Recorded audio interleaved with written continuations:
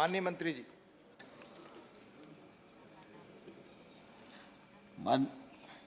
माननीय उपसभापति महोदय, पीएम किसान सम्मान निधि योजना केंद्र सरकार की एक महत्वाकांक्षी योजना है और देश भर में 11.5 करोड़ किसानों को लगभग 1,60,000 करोड़ रुपए से अधिक पैसा उनके खातों में अंतरित किया गया है। जब यह योजना 18-19 में बनी तो स्वाभाविक रूप से यही कल्पना थी कि किसानों की आय में इस योजना के माध्यम से सहायता हो। शुरुआती दौर में इस योजना में छोटे किसानों को सम्मिलित किया गया था, लेकिन फिर एक अपवर्जन को छोड़कर बाकी सभी किसान इसके दायरे में आते हैं, चाहे उनकी कितनी भी जोत हो। इस योजना के क्रियान्वयन की दृष्टि से केंद्र से लेकर राज्य तक पूरा एक नेटवर्क बनाया गया है। केंद्र भी उसकी मॉनिटरिंग करता है, राज्य भी उसकी मॉनिटरिंग करते हैं। यह सच है कि कई बार राज्य जो आंकड़े भेजते हैं उनमें कहीं कहीं गलतियां होती हैं, साम्यता नहीं होती है, लेकिन उनको अद्यतन करने की एक निरंतरित प्रक्रिया है। राज्य के पास भी शिकायत आ सकती है और केंद्र में किसान पोर्टल के किसान कॉर्नर पर कोई भी व्यक्ति जाके शिकायत कर सकता है। तो निश्चित रूप से उसका निराकरण हम लोगों के द्वारा राज्य को अधिकृत करके किया जाता है और लगातार इस बात की कोशिश मॉनिटरिंग के माध्यम से होती है कि इस योजना का दुरुपयोग न हो। माननीय सदस्य के ध्यान में अगर कोई स्पेसिफिक विषय आए तो वो मुझे ज़रूर ध्यान दिलाएंगे, तो हम उस दिशा में कार्रवाई करेंगे। लेकिन राज्य सरकार से सतत संपर्क में केंद्र है और इस योजना का बिल्कुल भी दुरुपयोग न हो और इसका ठीक प्रकार से ऑडिट हो, पात्र व्यक्ति को यह सहायता पहुंचे, यह सुनिश्चित किया जाता है। धन्यवाद मंत्री। सेकंड सप्लीमेंट्री माननीय Sir, Honorable Minister have replied saying that SOPs are introduced, but many poor farmers are not computer literate. Thereby, most of them cannot follow the registration process. Panchayat Samiti should help these farmers and awareness has to be done. I would like to know from the Honorable Minister whether any awareness campaign or publicity about the scheme is properly done or not. If so, can we make NGOs and panchayats responsible for helping illiterate, computer illiterates to register properly? Thank you.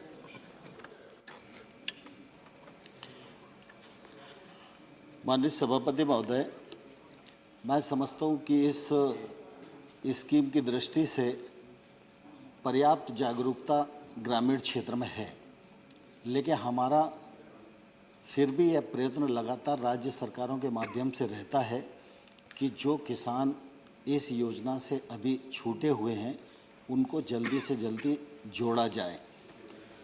आपके ध्यान में मैं लाना चाहता हूं माननीय उपसभापति महोदय कि जब योजना आरंभ हुई थी तो सामान्य तौर पर यह अनुमान लगाया गया था कि 15.5 करोड़ किसान हैं, लेकिन जब अपवर्जन सूची आई तो उसके बाद ये ध्यान में आया कि लगभग 12.5 करोड़ किसान अनुमानित हैं, जिसमें 11.5 करोड़ किसान रजिस्टर्ड हो गए हैं जिनको लाभ पहुंच रहा है।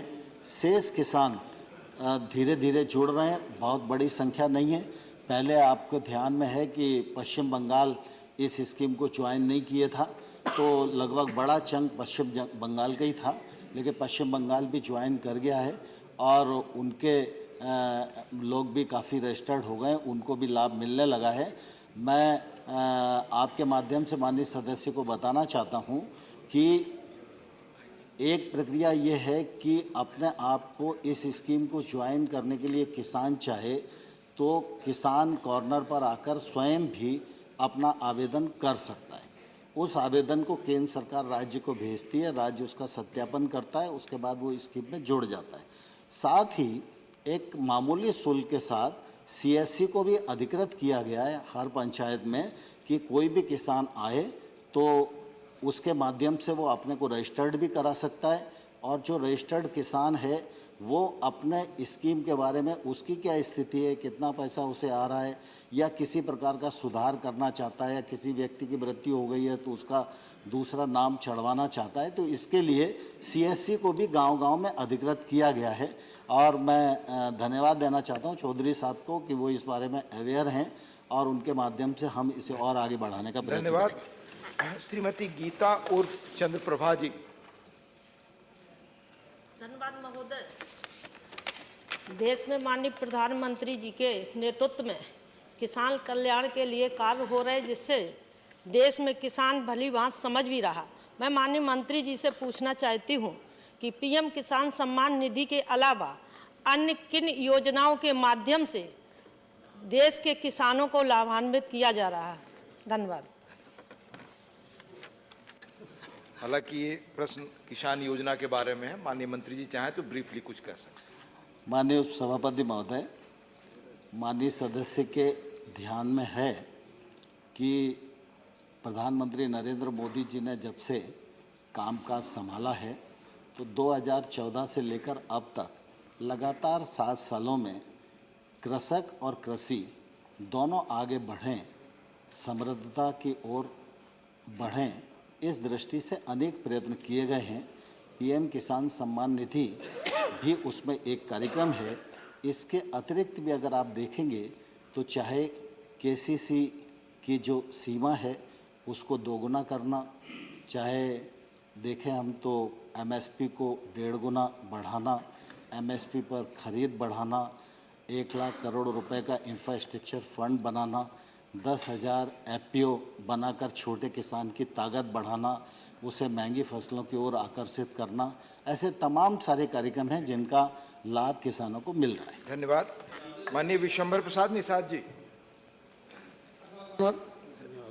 मानवर किसान अन्नदाता जो है, जो किसान सम्मान निधि का सवाल है, आज हम देख रहे हैं कि चूंकि किसान घाटे खेती कर रहा है, हमारे बुंदेलखंड में फतेहपुर में उधर अन्ना जाने के कारण आज ठंड में जो है मचान घाल करके किसान अपने खेत पे पड़ा हुआ है। मानवर डीजल पेट्रोल के दाम बढ़ने से, खाद बीज के दाम बढ़ने से माननीय विशंबर जी सवाल पूछे। इसी सवाल पे मानवर तो चूंकि मानवर देश का किसान ने चाहता है कि MSP का कानून बने। PM किसान निधि पर है, अगर आप सवाल पूछना चाहते हैं मैं मूव करूंगा दूसरे व्यक्ति को। किसान सम्मान निधि के बारे में पूछ रहा हूँ। मानव किसान सम्मान निधि जो है ये पर्याप्त नहीं है। हम देख रहे हैं कि ये चुनाव सम्मान निधि बनाई गई है। जब तक चुनाव होता है तब इसको जारी किया जाता है। MSP कानून बने, क्या माननीय मंत्री MSP कानून बनाए? MSP कानून बनाने का काम करेंगे? सवाल प्लीज। श्री माननीय राम कुमार वर्मा जी। आदरणीय उपसभापति जी, बहुत बहुत धन्यवाद। इसी के साथ में मैं क्वेश्चन पूछने से पहले माननीय प्रधानमंत्री जी का विजन और मंत्री जी का दृष्टिकोण, जो एक बार सुनिए आप, पहली बार देश के अंदर किसानों के हित के अंदर मैं क्वेश्चन पे आ रहा हूं सर, सम्मान निधि के रूप में और अन्य स्कीम के लाभ दिया। मैं मंत्री महोदय से जानना चाहूंगा कि राजस्थान के अंदर 2018 और 19 इसी तरह से वेस्ट बंगाल में 3 फाइनेंशियल ईयर में ये पैसा नहीं गया, इसके कारण क्या है? मैं मंत्री महोदय से जानना चाहूंगा कि ये क्यों नहीं गया।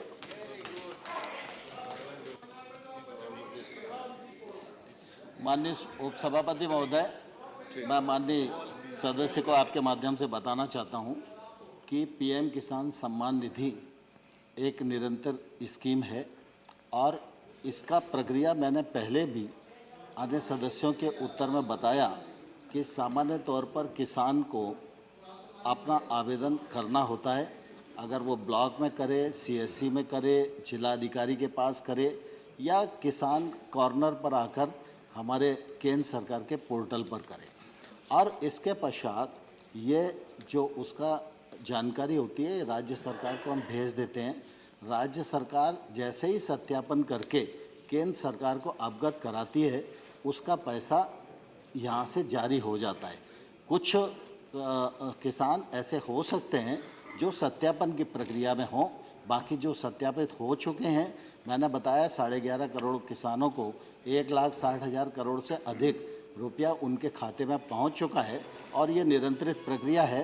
अगर कोई शिकायत सांसद जी को है तो निश्चित रूप से वो मुझे अवगत करा सकते हैं।